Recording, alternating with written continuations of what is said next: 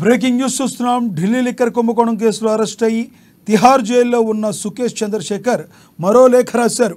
ఢిల్లీ ముఖ్యమంత్రి కేజ్రీవాల్ అరెస్టుపై తాజాగా స్పందించారు. ఆలస్యమైన చివరకు నిజమే గెలుస్తుంది. సరికొత్త భారత్కు ఉన్న శక్తికి ఇదొక క్లాసిక్ ఉదాహరణ.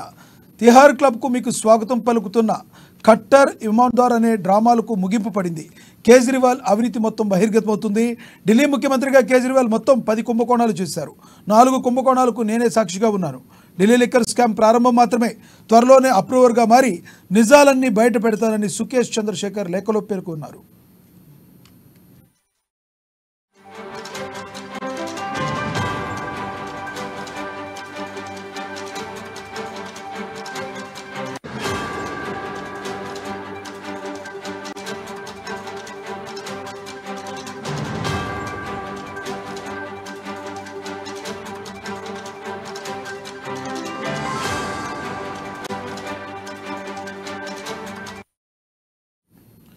ఢిల్లీ లిక్కర్ కుంభకోణం కేసులో అరెస్ట్ అయ్యి తిహార్ జైల్లో ఉన్న సుకేష్ చంద్రశేఖర్ మరో లేఖ రాశారు. ఢిల్లీ ముఖ్యమంత్రి కేజ్రీవాల్ అరెస్టుపై తాజాగా స్పందించారు. ఆలస్యమైన చివరకు నిజమే గెలుస్తుందన్నారు. సరికొత్త భారత్కు ఉన్న శక్తికి ఇదొక క్లాసిక్ ఉదాహరణ అన్నారు. తిహార్ క్లబ్కు మీకు స్వాగతం పలుకుతున్న ఖట్టర్ ఇమార్టర్ అనే డ్రామాలకు ముగింపు పడింది. కేజ్రీవాల్ అవినీతి మొత్తం బహిర్గతమవుతుంది. ఢిల్లీ ముఖ్యమంత్రిగా కేజ్రీవాల్ మొత్తం 10 కుంభకోణాలు చేశారు. 4 కుంభకోణాలకు నేనే సాక్షిగా ఉన్నాను. ఢిల్లీ లిక్కర్ స్కామ్ ప్రారంభం మాత్రమే, త్వరలోనే అప్రూవర్గా మారి నిజాలన్నీ బయట పెడతానని సుకేష్ చంద్రశేఖర్ లేఖలో పేర్కొన్నారు. ఇదే విషయానికి సంబంధించి మరింత సమాచారాన్ని మా ఇన్పుట్ ఎడిటర్ శ్రీనివాస్ అందిస్తారు. శ్రీనివాస్, చెప్పండి, ఎవరైతే చంద్రశేఖర్ ఉన్నారో లేఖ అయితే రాశారో ఇది ప్రజెంట్ హాట్ టాపిక్గా మారింది. ఇంకా 10 కుంభకోణాలు బయట పెడతానని రాశారు. ఎలా చూడాలంటారు?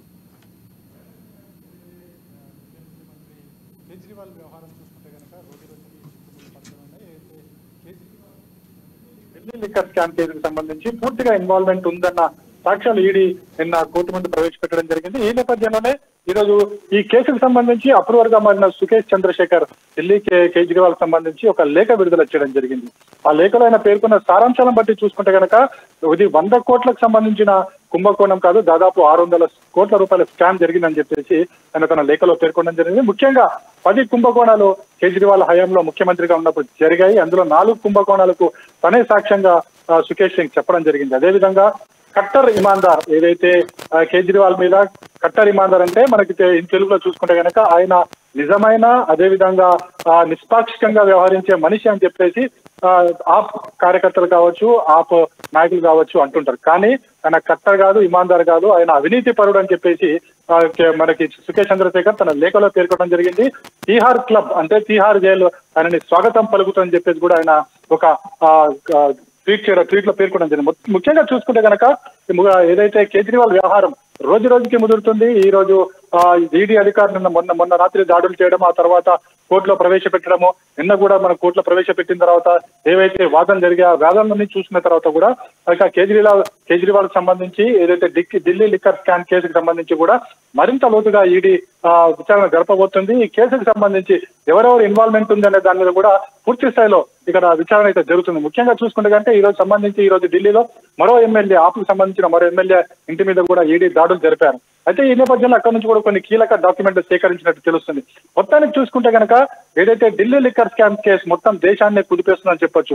ఇటు తెలంగాణకు సంబంధించి కవిత ఇప్పటికే అరెస్ట్ అయ్యే రోజు, అదేవిధంగా పోలీస్ కస్టడీలో ఈ రోజు 7వ రోజు కూడా కొనసాగుతుంది. అదేవిధంగా ఈ రోజు కస్టడీ పెంచాలని చెప్పేసి ఈడీ కూడా లేఖ మరోసారి కోర్టును కోరబోతుంది. అదేవిధంగా ఈ కేసులో ప్రధాన నిందితుడుగా కింగ్ పాయింట్ గా ఉన్న కేజ్రీవాల్ వ్యవహారం కూడా చాలా సీరియస్ గా ఈడీ వ్యవహరించబోతుంది. ముఖ్యంగా ఈ కేసుకు సంబంధించి ఎవరెవరు ఉన్నారన్న దాన్ని మొత్తం కూడా ఊపిలాగి కోర్టు ముందు పెట్టబోతుంది. మొత్తానికి ఏదైతే కేజ్రీవాల్ వ్యవహారం అని మొత్తం కూడా దేశాన్ని కుదిపేస్తుందని చెప్పొచ్చు. ముఖ్యంగా ఇప్పుడు పార్లమెంట్ ఎన్నికల నేపథ్యంలో ఈ అంశాన్ని తెర మీదకు తీసుకురావడాన్ని ఇటు ప్రతిపక్ష పార్టీలు, ఇండియా కూటమి తప్పుపడుతుంది. ఇది రాజకీయమైన కక్షగా పేర్కొంటుంది. పదేగా దేశవ్యాప్తంగా కూడా ఇదే తరహా ప్రచారాలు చేస్తుంది. కానీ మరోవైపు చూసుకుంటే గనక ఈ కేసుకు సంబంధించి ఈడీ వ్యవహారాలకు సంబంధించి తమకు ఏ విధమైన సంబంధం లేదు, ఈడీ తన పని తాను చేసుకోబోతుంది. ముఖ్యంగా ఈ కేసుకు సంబంధించి నేరం జరిగిందా లేదా అనేది ఇక్కడ స్పష్టంగా చూడాల్సిన అవసరం ఉంది. నేరం జరిగింది కాబట్టే ఈడీ అధికారులు విచారణలు చేస్తున్నారు, దాడులు నిర్వహిస్తున్నారు. మరికొంతమందిని ఈ దాడుల నేపథ్యంలో మరికొంతమందిని తెర మీదకి తీసుకొచ్చే అవకాశం ఉందని చెప్పేసి కూడా అటు కేంద్ర ప్రభుత్వం చెప్తుంది. మొత్తానికైతే ఢిల్లీ చుట్టే ఇప్పుడు రాజకీయం అంతా కూడా పరిభ్రమిస్తుంది. ఇటు కవిత ఇష్యూ కావచ్చు, తెలంగాణకు సంబంధించి అటు ఆప్ ఇష్యూ కావచ్చు, మొత్తం దేశమంతా కూడా ఇప్పుడు ఢిల్లీ వైపు చూస్తుందని చెప్పొచ్చు. లక్ష్మీనాథ్, అయితే శ్రీనివాస్, కవితని ప్రశ్నించిన అధికారులు అదేవిధంగా కేజ్రీవాల్ని కూడా ప్రశ్నించారు. కవిత ప్రశ్నించిన దానికి అదే ఇచ్చిన సమాధానాలకి కేజ్రీవాల్ ఇచ్చిన సమాధానానికి పొంతన లేకుండా ఉంది. కాబట్టి వీరిద్దరిని కలిపి ప్రశ్నించడానికి గడువు కావాలని కోరుతున్నారని అంటున్నారు. దీని గురించి ఏమైనా ఇన్ఫర్మేషన్ ఉందా? ఎందుకంటే ఇప్పుడు మనం చూస్తున్న వ్యవహారాన్ని మనకి మొత్తంగా చూసుకుంటే కనుక కవిత అరెస్ట్ అయింది, పోలీస్ కస్టడీలో ఉంది, ఈడీ కస్టడీలో ఉంది. ఆ తర్వాత మళ్ళీ కస్టడీ పెంచాలని చెప్పేసి కూడా అందులో పేర్కొనడం జరిగింది. ఈ కేసుకు సంబంధించి ఇటు కవిత కీలకంగా వ్యవహరిస్తున్నారు, అటు కింగ్ పిన్ గా కేజ్రీవాల్ వ్యవహరిస్తున్నారు. వీరిద్దరిని కూడా జాయింట్ గా విచారణ జరపాల్సి ఉంది. కాబట్టి ఇటు కస్టడీని పెంచాలి, ఇటు కవితకు సంబంధించిన కస్టడీని పెంచాలి, అదేవిధంగా కేజ్రీవాల్ సంబంధించిన కస్టడీని పెంచాలని చెప్పేసి కూడా ఈడీ కోర్టుకు రౌస్ రెవెన్యూ కోర్టులో తెలుపబోతుంది, వాదన వినిపించబోతుంది. మొత్తాన్ని చూసుకుంటే కనుక ఈ కేసుకు సంబంధించి విడివిడిగా విచారణ జరుపుతున్నప్పుడు కూడా జాయింట్ గా ఇటు కవితని అదేవిధంగా కేజ్రీవాల్ ని కూడా విచారించబోతున్నారు. ఎందుకంటే ఈ ముడుపుల వ్యవహారంలో ముఖ్యంగా 100 కోట్లు ఏదైతే ముడుపులను ముట్టాయి అని చెప్తున్నారో ఆప్ నేతలకు, దీంట్లో నేరుగా కవిత హస్తం ఉందని చెప్పేసి కూడా మనకి సుఖేష్ చంద్రశేఖర్ తన రాసిన లేఖలో పేర్కొనడం జరిగింది.